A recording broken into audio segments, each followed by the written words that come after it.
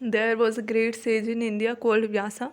This Vyasa is known as the author of the Vedanta aphorisms and was a holy man. His father had tried to become a very perfect man and had failed.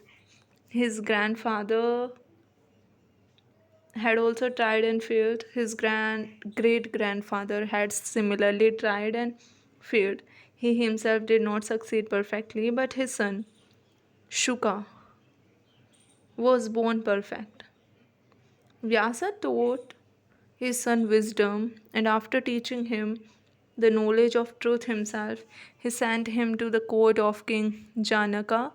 He was a great king and was called Janaka Videha. Videha means without a body. Although a king, he had entirely forgotten that he was a body. He felt that he was a spirit all the time. This boy Shuka was sent to be taught by him. The king knew that Vyasa's son was coming to him to learn wisdom. So he made certain arrangements beforehand, and when the boy presented himself at the gates of the palace, the guards took no notice of him whatsoever. They only gave him a seat, and he sat there for 3 days and nights, nobody speaking to him, nobody asking him who he was or whence he was. He was the son of a very great sage.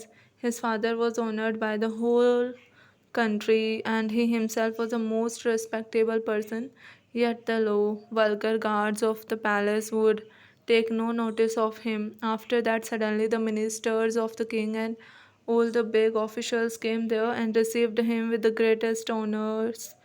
They conducted him in and showed him into the splendid rooms, gave him the most fragrant baths and wonderful dresses, and for 8 days they kept him there in all kinds of luxury. That solemnly serene face of Shuka did not change even to the smallest extent by the change in the treatment accorded to him.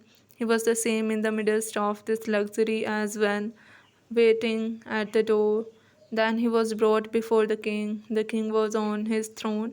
Music was playing, and the dancing and other amusements were going on. The king then gave him a cup of milk full to the brim and asked him to go 7 times round the hole without spilling even a drop. The boy took the cup and proceeded in the midst of the music and the attraction of the beautiful faces as desired by the king.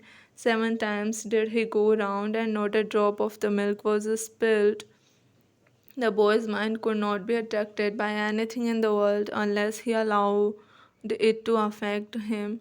And when he brought the cup to the king said to him, "What your father has taught you and what you have learned yourself, I can only repeat. You have known the truth. Go home." Thus, the man that has practiced control over himself cannot be acted upon by anything outside. There is no more slavery for him. His mind has become free. Such a man alone is fit to live well in the world. We generally find men holding two opinions regarding the world. Some are pessimistic and say how horrible this world is, how wicked. Some others are optimists and say how beautiful this world is, how wonderful. To those who have not controlled their own minds, the world is either full of evil or at best a mixture of good and evil. This very world will become to us an optimistic world when we become masters of our own minds. Nothing will then work upon us as good or evil. We shall find everything to be in its proper place, to be harmonious. Some men who begin by saying that the world is a hell often end by saying that it is a heaven when they succeed in the practice of self control. If we are genuine karma yogis and wish to train ourselves to that attainment of this state, wherever we may begin, we are sure to end in perfect self abnegation.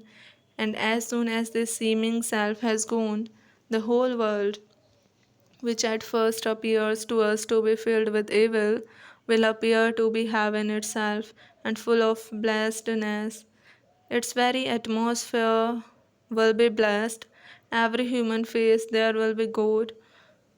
Such is the end and aim of Karma Yoga, and such is its perfection in practical life.